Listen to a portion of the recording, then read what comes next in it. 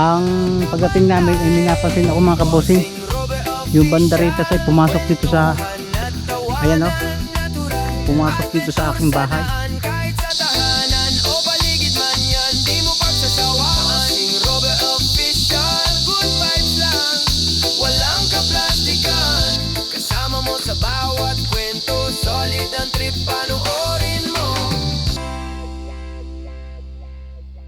So mga kabosing, magandang araw, magandang tanghali, magandang umaga, magandang hapon, kung anumang oras nyo napanood ang video na to mga kabosing. Muli ay tayo po ay andito muli ay tayo nandito sa Batangas. So siyempre kailangan na naman natin umuwi na dito dahil malapit na yung okasyon.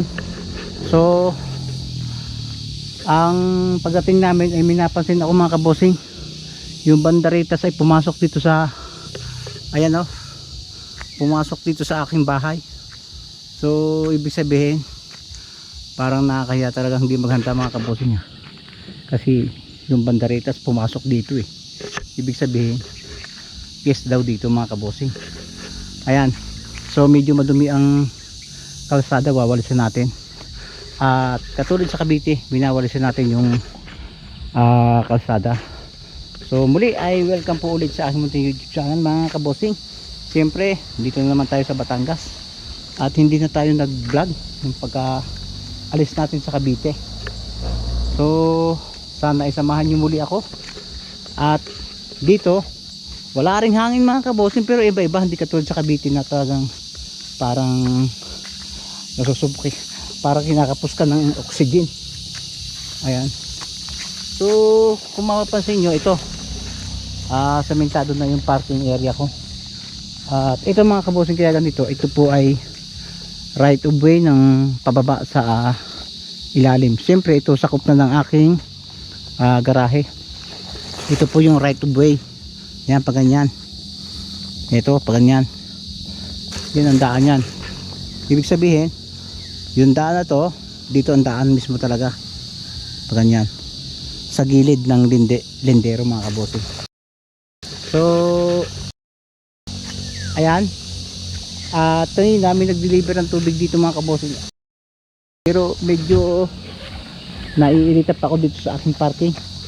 Kaya try natin kung makasementohan natin ito bukas o susunod bago magpiesta, dahil gusto kong sana masementohan na, kunti na lang to So yan, may andi naman ang ating mixer yan. At kanina pa kami mga kabosing, kaya lang nung dumating kami ay napakadumi sobra, pero nung walis naman namin ay malinis dito. Kaya lang siyempre may nagagawa,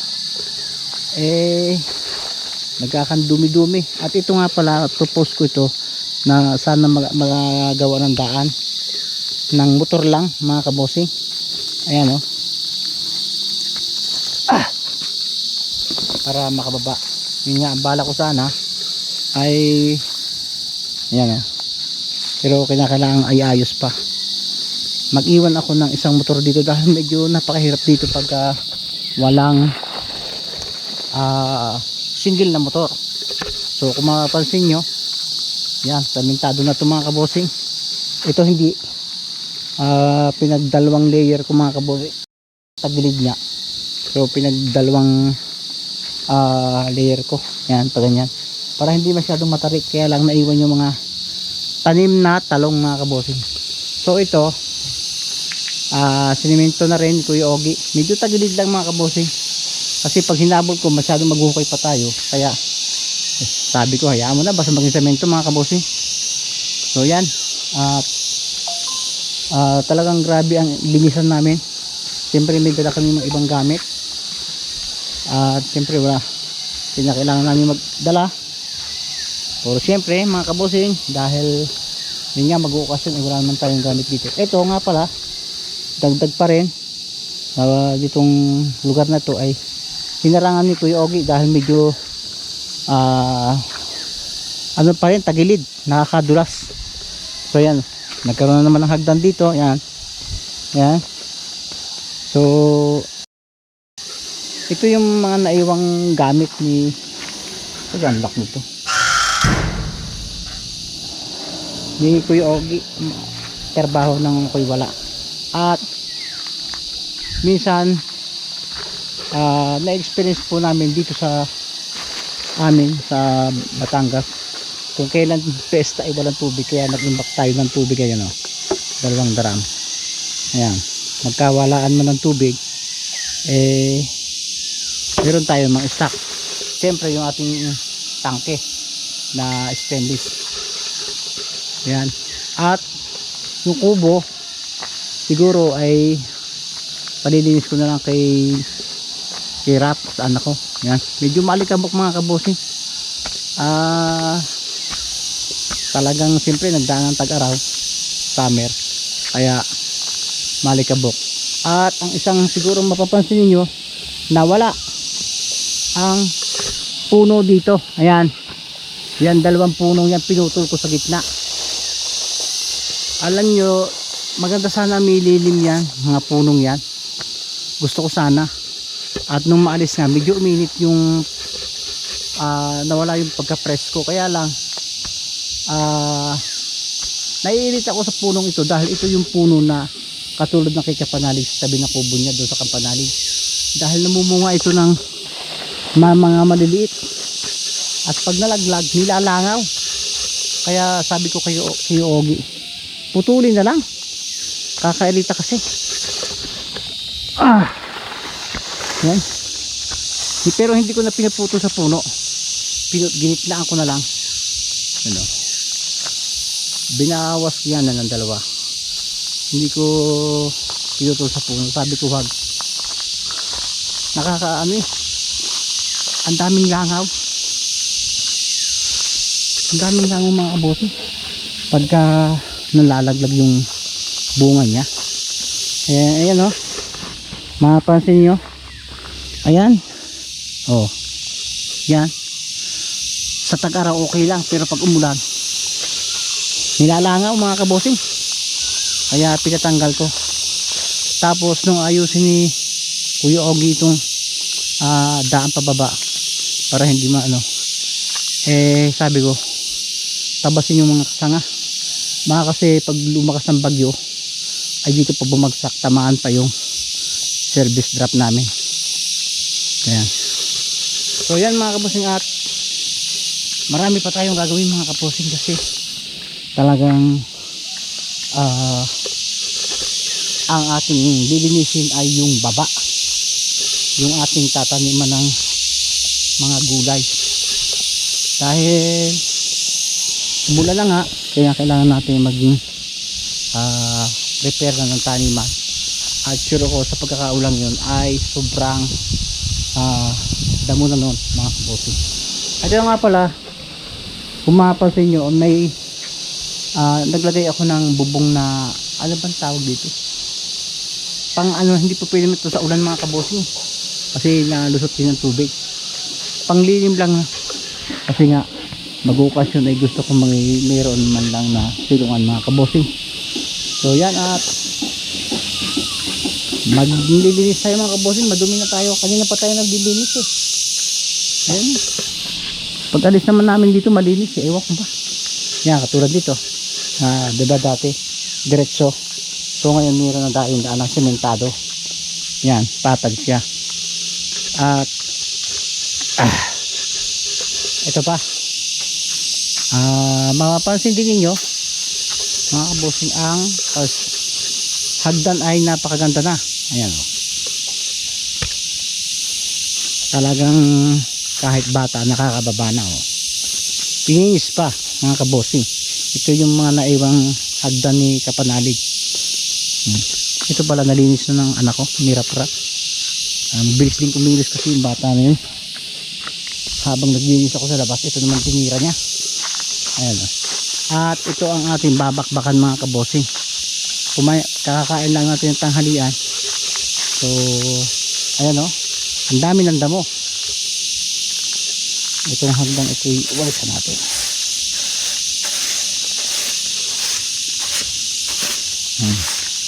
Wala tayong dalang pantrabaho mga kabosing, damit. puro short.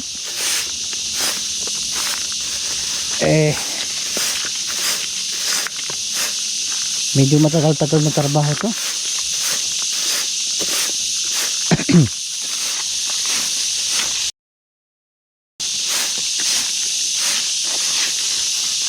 Ayan oh, ang daming damo. Bulang kasi. Siguradong sisibol yung mga damo.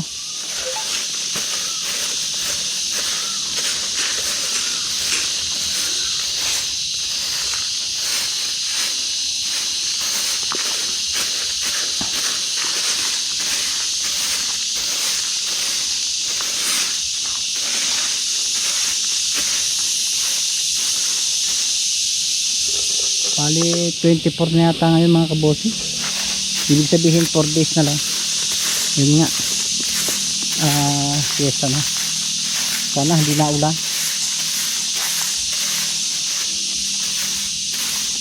Para naman dito makapag-ukasan tayo ng mais ayos. Yung atin namang handa mga kabossing ay isang maliit na baboy lang. Pagkakasahin na lang natin. Ang dumi oh. Pero kaya natin yan linisin mga kabossing ngayon. Kaya nyo, biglang nagsibulan ng mga damo. Oh? Kailangan natin makapagtanim. Pero dito mga kabossing magtatanim ako ng direct. Hindi katulad sa Cavite na nagpupunla ako. Kasi dito madaling magbuhay. Napakadamo. Kailangan natin madasdasan muna yan bago magtanim. Pero siyempre hindi natin kakayanin ngayong araw na to. Kaya try natin. Balisan muna natin mga kabossing itong hagdan na to. Wala. Dungis-dungis pa na mga kabossing dahil kanina pa ako nagbibigit eh. Hindi nga lang tayo nagbibideo. Balisan lang mga natin yung daan.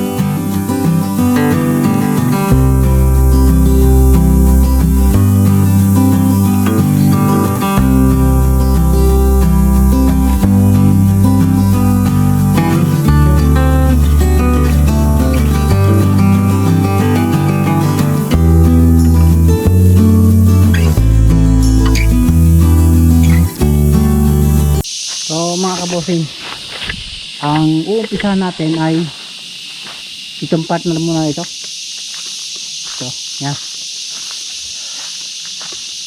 Dito tayo mag-uumpisa para hindi tayo pwedeng kung saan maka-umpisa, para maganda naman tingnan ang trabaho mga kabossing. Ang gagawin natin mga kabossing ay maglilinis muna tayo bago tayo magtanim, para mas mapapauna yung ating itatanim na halaman. So ayan, kung matandaan nyo, pinalinis ko rin itong mga kabossing, itong babang to. Ayan o, ayan o. Siguro pag araw-araw ay sunugin natin yung mga pinagtabasan niya para maging malinis. Malinis yan, babang yan, pwede tayong gumalagala dyan para iwas tayo mga kabossing sa mga hayop. Yan. Isa tayo mga kabossing.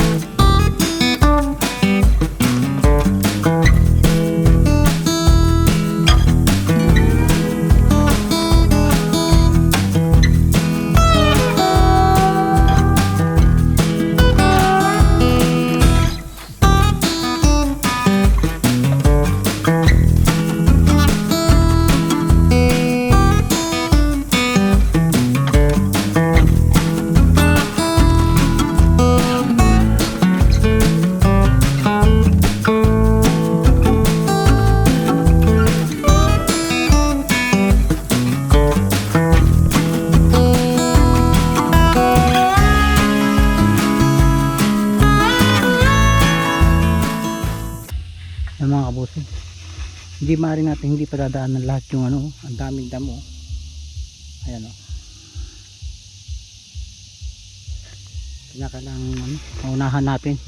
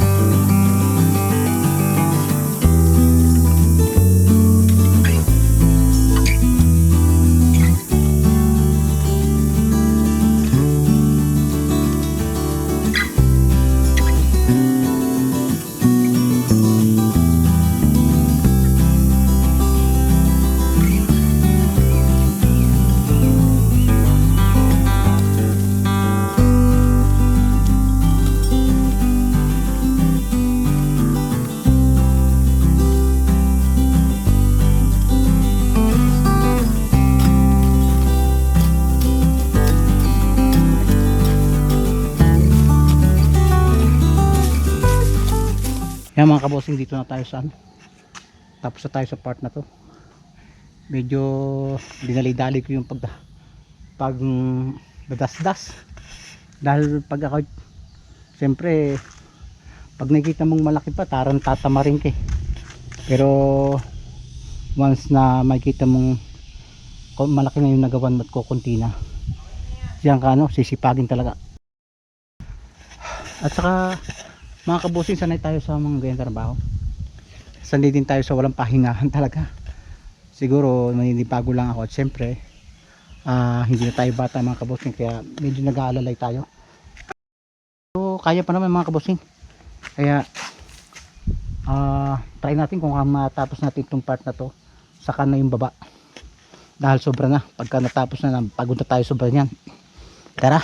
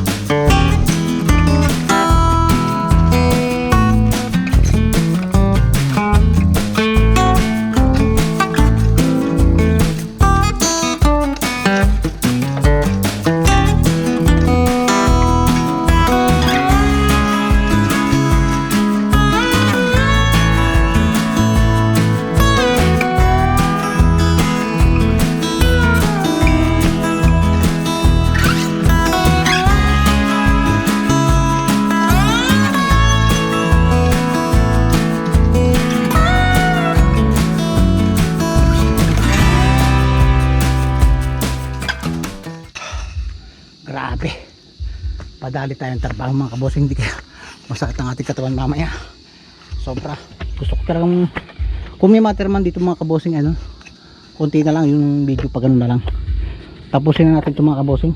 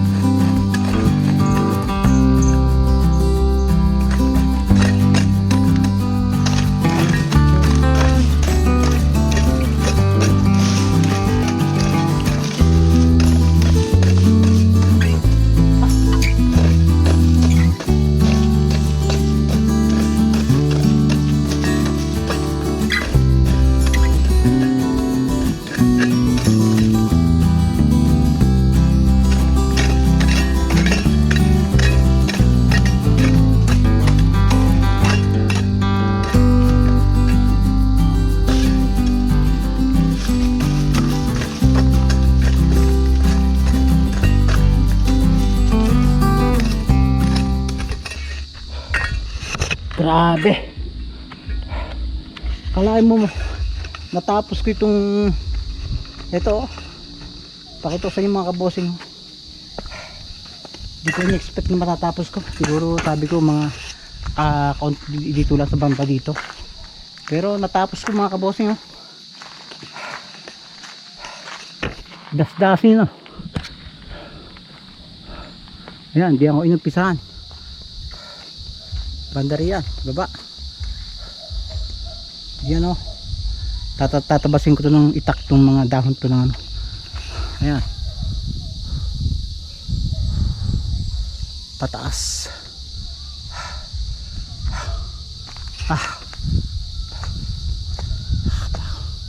Ayan o.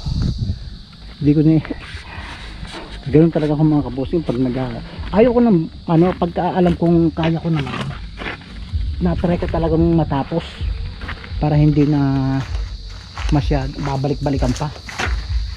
Kahit nung ako'y nagtatrabaho po dito mga kabosing sa bukid, ganun ang ugali ko. Parang ugali ko yung tatay ko, ayaw nung pabalik-balik. Ayun o. Para ano. Pero once na pamatak uli ang ulan at nagkaroon ng bagong sibol yan, siguro hindi man natin maasikaso. Katulad na sabi ko sa inyo mga kabosing, by June ay madalang na tayo susunod na buwan. Ay hindi ko alam kung buwanan ba o makalwahan buwan ang uuwi ko dito, dahil ano, busy na nga tayo sa Cavite.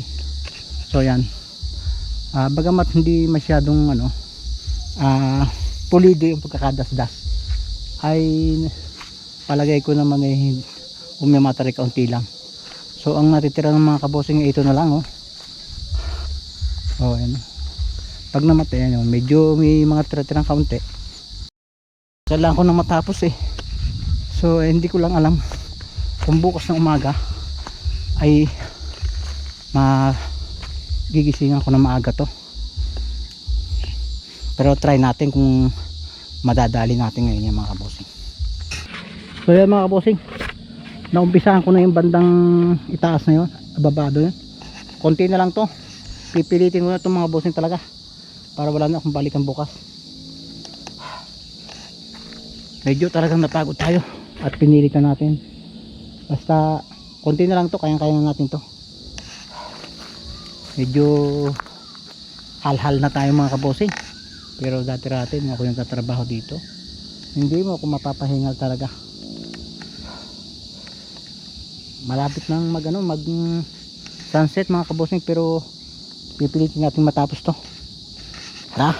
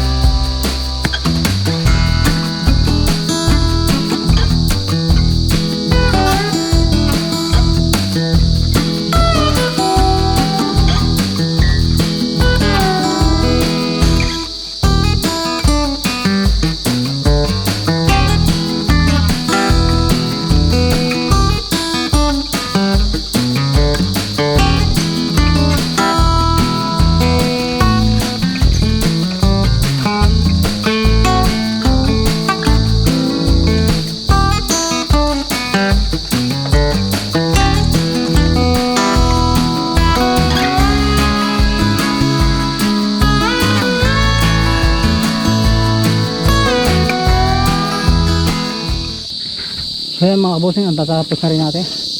Ayan o, wala na tayong babalikan. Ayan, tinapos natin lahat ang propose gawaan ng gulay, taniman ng gulay mga kabosing. Kinakailangang linis agad para hindi maunahan ng mga damo niya. So sira na yung angko bumigay na yung piko ko. Wala na.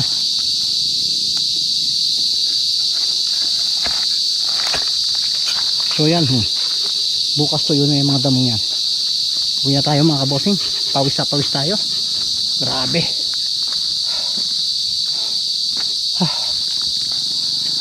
Tamang tama, sunset na lulubog na yung araw, tapos din tayo ng trabaho.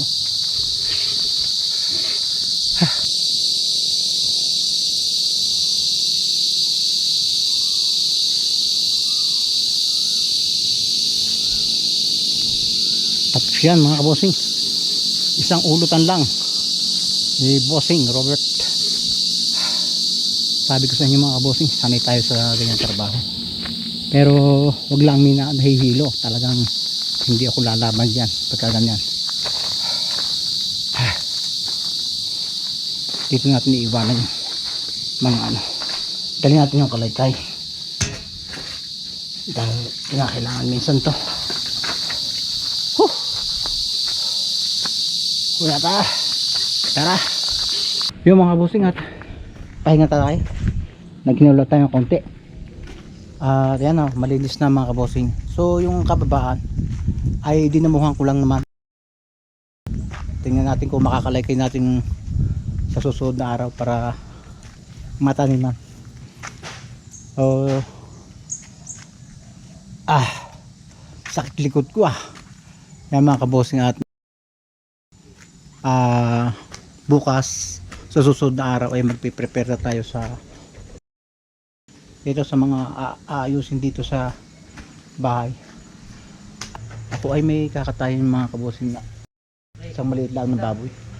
Yun nga, pampiesta lang, pagkakasyahin na lang natin mga kabosing. So yan, naglagay tayo ng build dito para at least hindi mainit. Alisin din naman natin yung pagkatapos sa okasyon. So kanina may nag-deliver ng ng tubig sa amin, pero napansin ko medyo hirap pa rin talaga may obra dito.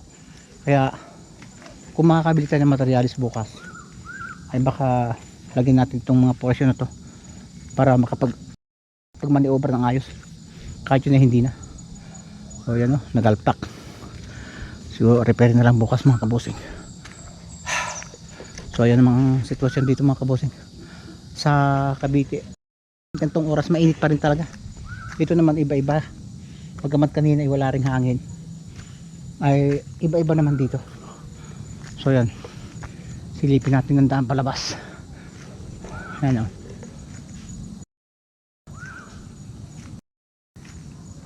ayan mga kabosing.